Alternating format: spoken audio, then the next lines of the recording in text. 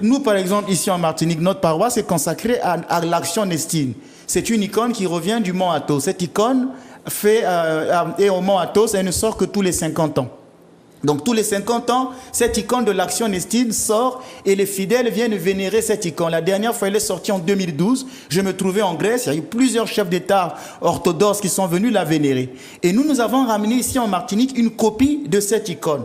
Et partout elle est passée, à Brazzaville, à Paris, jusqu'ici en Martinique, elle continue de faire couler des huiles. Ce n'est pas pour attirer de la foule. Oui, bien sûr. Voilà, c'est une manière de dire que ces choses-là existent. Ces icônes font parfois couler des huiles. Dieu passe à travers ces images pour nous communiquer la grâce.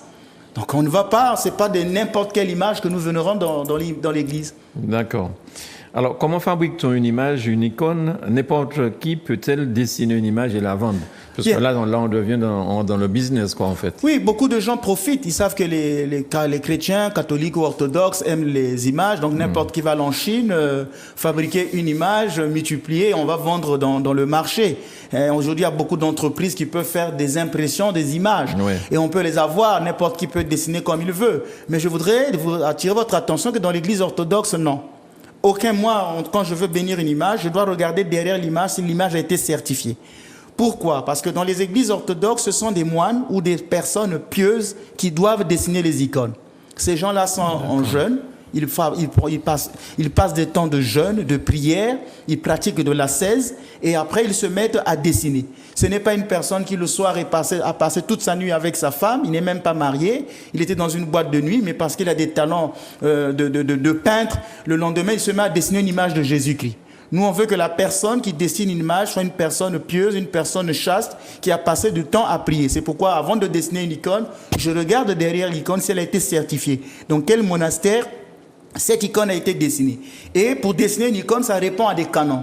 C'est pourquoi on ne dessine pas une icône, c'est une écriture. Par exemple, vous verrez dans l'icône de la Trinité, il y a toute une mystagogie, une explication mystique de l'icône de la Trinité de Roublev. Dans cette icône, il y a beaucoup de choses qu'on peut expliquer. Les gens vont se dire, mais on ne savait pas qu'il y avait tous ces mystères à l'intérieur même de l'icône de la Trinité de Roublev. Je donne par exemple un simple exemple. Dans cette icône, vous allez voir qu'au niveau de la tête du Père, il y a une maison. Au niveau du Fils, il y a un arbre. Au niveau de l'Esprit Saint, on a mis du roc. Qu'est-ce que cela signifie? Pourquoi il y a une coupe au milieu? Il y a une forme de triangulation. Donc il y a des codes mystiques pour dessiner une icône. Par exemple, l'icône de la transfiguration, sur cette icône, vous allez voir le Christ à l'auréole, mais les apôtres, eux, n'ont pas d'auréole. Parfois, j'ai vu dans certaines icônes catholiques une imitation parce que les icônes sont d'abord orthodoxes. On imite une icône orthodoxe et on va mettre des auréoles sur la figure des apôtres pendant la transfiguration. Alors qu'on ne peut pas mettre des auréoles parce qu'ils n'ont pas encore reçu l'Esprit Saint à la Pentecôte.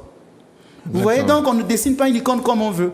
Une icône répond à des canons théologiques. C'est pourquoi en fait, on ne peut pas parler d'une icône elle est dessinée. Non, l'icône, c'est une écriture théologique. L'icône, c'est une image théologique.